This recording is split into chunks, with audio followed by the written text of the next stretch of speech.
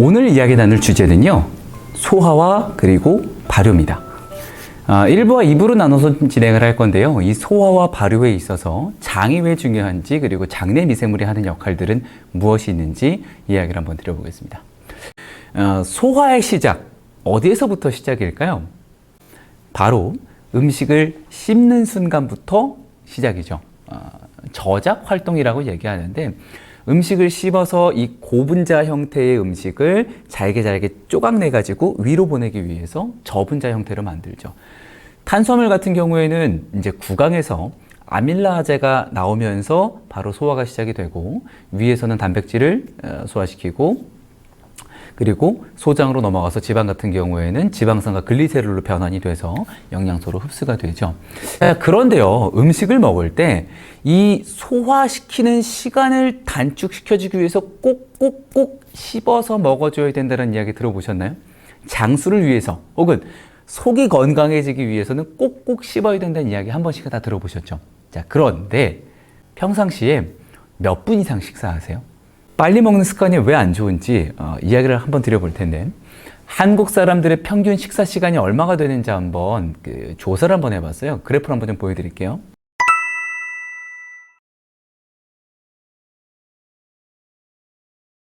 자, 그렇기 때문에 평상시에 꼭꼭 씹어 드시는 이 식습관 상당히 중요하죠.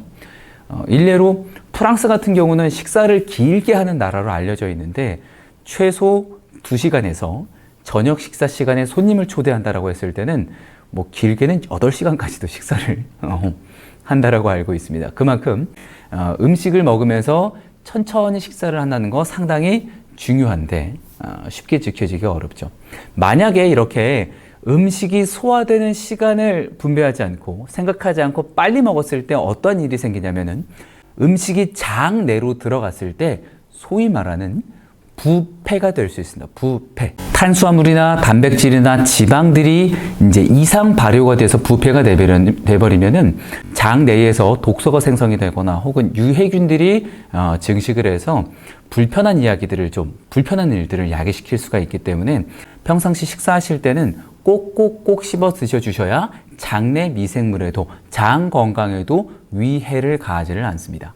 자, 특히 음식을 먹고 소화시키기 위해서는 소화 효소라는 녀석이 이제 우리 인체 내에서 분비가 되게 되는데, 그거 알고 계세요? 소화 효소는 사람이 살아가면서 분비가 되는 양이 정해져 있다고 합니다. 여기에 하나 더, 그렇기 때문에 하루에 사용하는 소화 효소의 양도 인체에서 정해져 있다고 얘기를 하는데, 우리는 평상시에 어때요? 과식을 좀 많이 한다거나 계속 음식을 끼고 살죠. 이러다 보면은 추후에 나이가 들어서 노년기에 들어갔었을 때 안 그래도 소화하는 소화력이 많이 약해지는데 더욱더 힘들어질 수가 있습니다.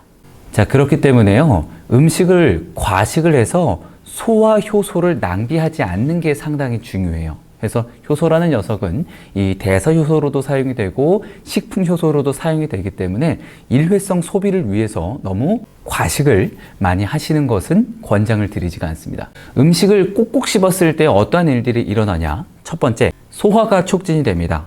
자, 그리고 두 번째, 음식물이 잘게 부서졌다 보니까 영양소를 흡수할 때도 상당히 큰 도움을 많이 받고요. 그리고 세 번째, 치아 건강, 뇌 건강에 도움을 받아요. 네 번째, 체중 관리에 상당히 도움을 많이 받을 수가 있습니다. 왜냐하면 우리 몸은 배가 고프면은 호르몬을 방출하죠. 어떠한 호르몬을 방출해요? 그렐린이라고 하는 호르몬을 방출합니다. 그리고 음식을 풍부하게 먹으면은, 배부르게 먹으면 어떻게 돼요? 그만 먹으라고 얘기하는 렙틴이라는 호르몬을 분비를 합니다. 근데 이 렙틴이라는 호르몬이 언제 분비가 되냐면은, 식사를 하고서 최소 20분 정도는 식사를 해야 인체에서 배불러, 야 그만 먹어, 더 먹으면 과식이야, 참아줘 라고 얘기한다는 거죠.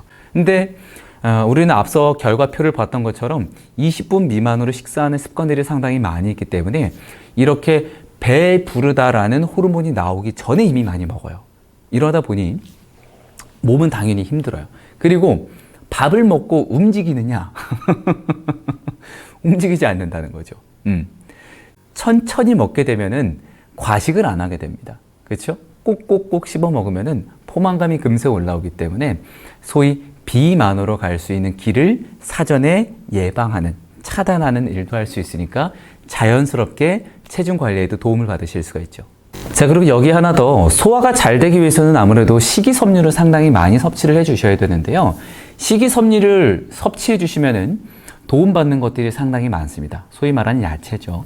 장내 미생물이 식이섬유를 섭취해서 분해해서 만들어낸 대사산물들이 상당히 많이 있어요.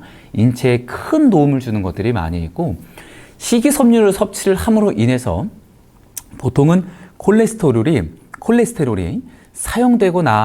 사용이 되고 남는 것들은 재흡수가 돼서 다시 이제 재사용이 되게 되는데, 식이섬유를 풍부하게 섭취를 하게 되면은요, 다 사용을 한 콜레스테롤을 장에서 흡착을 시켜서 배출을 시켜줍니다. 그러니까 간에서 새로운 콜레스테롤을 어떻게 돼요?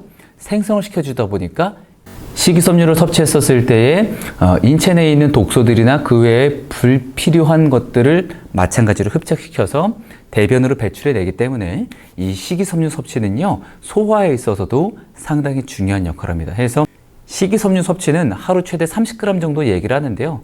다 먹기가 좀 어려워라고 하시면은 이렇게 좀 대체식품으로 챙겨서 드시는 것도 하나의 방법이 되겠습니다.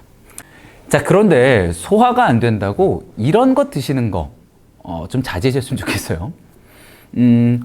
탄산 음료 있죠. 콜라, 사이다 먹으면은 뭔가 탄산이 들어가서 소화가 되는 것처럼 느껴지는데, 이런 음료수에는 소화를 시켜주는 효소들이 들어있지 않기 때문에 오히려 당은 많아서 혈당은 빨리 올려주는데 소화가 되는 느낌을 주는 거지 소화가 되게 도와주지는 않기 때문에 음료수 섭취하시는 건 좀 줄여주시면 좋고요.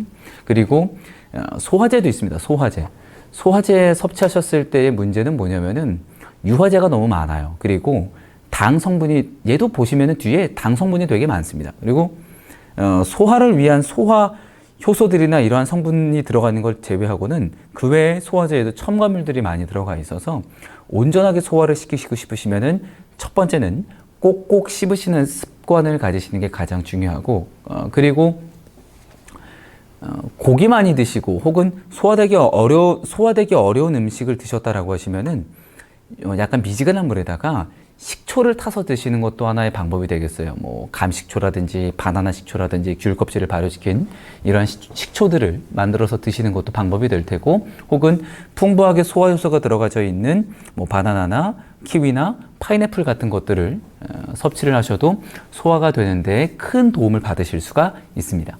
음식을 먹고 소화를 시킨다는 행위는 너무나도 축복받은 행위입니다. 그렇기 때문에 음식을 드실 때 우리 몸에 부담이 되지 않게 꼭꼭 씹어주시는 습관, 그리고 식이섬유도 풍부하게 섭취해 주시면서 소화가 오래 걸리는 음식부터 천천히 드셔주신다면 비만, 뚱뚱해지는 것도 예방해 주실 수 있으니까 나의 건강을 위해서 차근차근 하나씩 습관으로 들이시면 어떨까 권장을 드려봅니다.